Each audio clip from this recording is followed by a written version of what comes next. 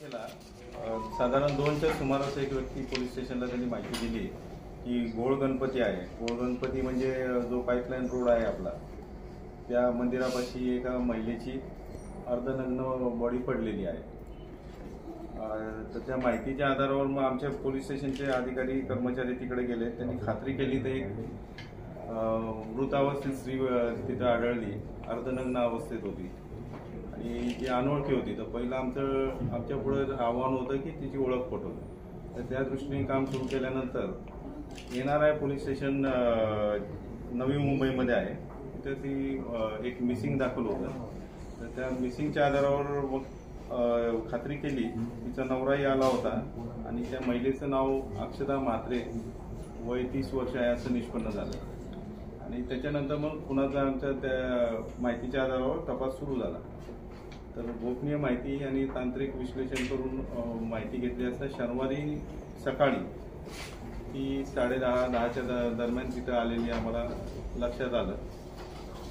आणि दिवसभर ती तिथंच वर होती, त्यानंतर ती काही खाली आलेली नाही आहे. त्यामुळं त्या मंदिरामध्ये जे लोक काम करतात त्यांच्यावर संशय बळावला. आमच्या DBच्या टीमनी त्यांना ताब्यात घेतलं आणि इंट्रोगेट केल्यानंतर त्यांनी गुन्हा कबूल केलेला आहे. तर याच्यामध्ये 3 आरोपी निष्पन्न झालेले आहेत आणि त्यांना आम्ही ताब्यात घेतलेलं आहे. ही जी मृत महिला होती, त्यानंतर जे तपास झाला त्याच्यामध्ये असं लक्षात आलं की मृत महिला घरामध्ये काहीतरी घरगुती वाद झाल्यामुळे घरातून निघून आली होती आणि या मंदिरामध्ये गेली होती. शनिवारी ती दिवसभर तिथंच थांबली होती आणि हे जे आरोपी लोक आहेत त्यांनीच तिला जेवण दिलं होतं, सकाळी पण आणि संध्याकाळी पण. रविवारी रात्री 12-1च्या दरम्यान त्यांनी तिला चहा दिला आणि चहामध्ये तिला गुंगीचं औषध टाकलं. गुंगीचं औषध म्हणजे भांगेचं औषध दिलं आणि त्याच्यानंतर मग तिच्यावर त्यांनी आळीपाळीने तिच्याबरोबर संभोग केलेला आहे. आणि त्यानंतर ज्यावेळेस ती शुद्धीत आली त्यावेळेस ते काय झालं त्यावेळेस कळालं, त्यावेळेस तिने मोठा प्रतिकार केला आणि त्यावेळेस त्यांनी तिला गळा आवळून आणि डोक्यात दगड मारून मारलेलं आहे. तसंच लाथाबुक्याही तिला मारल्या. साधारण 4 ते 5च्या दरम्यान ही घटना घडली रविवारी पहाटे. रविवारी दिवसभर त्यांनीच त्या मंदिराजवळ जी एक खोली आहे तिथंच तिची बॉडी ठेवलेली होती आणि दुसऱ्या दिवशी म्हणजे जवळजवळ 24 तासानंतर तिने पहाटे 5च्या दरम्यान ती बॉडी जो मंदिराच्या इथं जो खड्डा आहे खाली तिथं नेऊन टाकली. तर जो व्यक्ती आम्हाला खबर दिला तो त्याच्या मिसेस मंदिरामध्ये दर्शनासाठी गेला होता, त्यावेळेस त्याला ते निदर्शनास आले. आणि त्यानंतर आम्ही 3 पथकं तयार केली होती तपासासाठी. मलिक साहेबांचं एक पथक होतं, संकेत शिंदे आणि महेश काळे यांच्या आधिपत्याखाली 3 पथकं करून तपास केला. तपासात पहिल्यांदा आम्ही त्या बॉडीची ओळख पटवली आणि त्याच्यानंतर इंट्रोगेशन करून तांत्रिक पुरावे गोळा करून हे 3 आरोपी ताब्यात घेतलेले आहेत. आरोपींनी गुन्ह्याची कबुली दिलेली आहे. तर ते 3 आरोपींची नावं आहेत श्यामसुंदर शर्मा, संतोष कुमार मिश्रा आणि राजकुमार पांडे.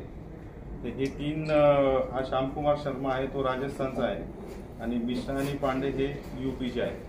त्या मंदिराचा जो म्हणजे नेहमी जो पूजा पाठ जो करतो तो बालकदास महाराज हा इतरही त्याची मंदिरं आहेत, तिथं तो जात असतो आधीमध्ये. तर याला तिकडे जायचं होतं म्हणून या दोघांना त्यांनी UPवरनं बोलवलं होतं आणि ते जवळजवळ 5 तारखेपासून तिथं राहत होते आणि त्यांनी त्या रात्री तो हा प्रकार केलेला आहे. तर हा जो तपास केलेला आहे तो त्याच्यामध्ये माननीय CP साहेब आशुतोष डुंगरे साहेब, सहाय्यक पोलीस आयुक्त ज्ञानेश्वर चव्हाण साहेब, अप्पर पोलीस आयुक्त विनायक देशमुख साहेब, तर उत्तम कोळीकर ACP साहेब आणि सिनियर PI संदीपान शिंदे साहेब यांनी मार्गदर्शन केलेलं आहे.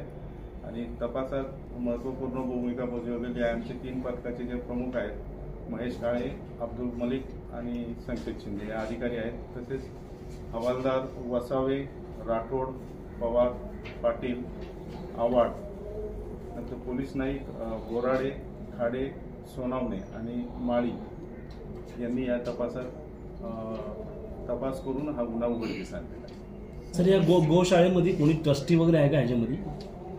ते तपास चालू आहे. आणि ह्यांची पार्श्वभूमी काय सर? श्यामसुंदर आणि अजून तरी काही गुन्हेगारी पार्श्वभूमी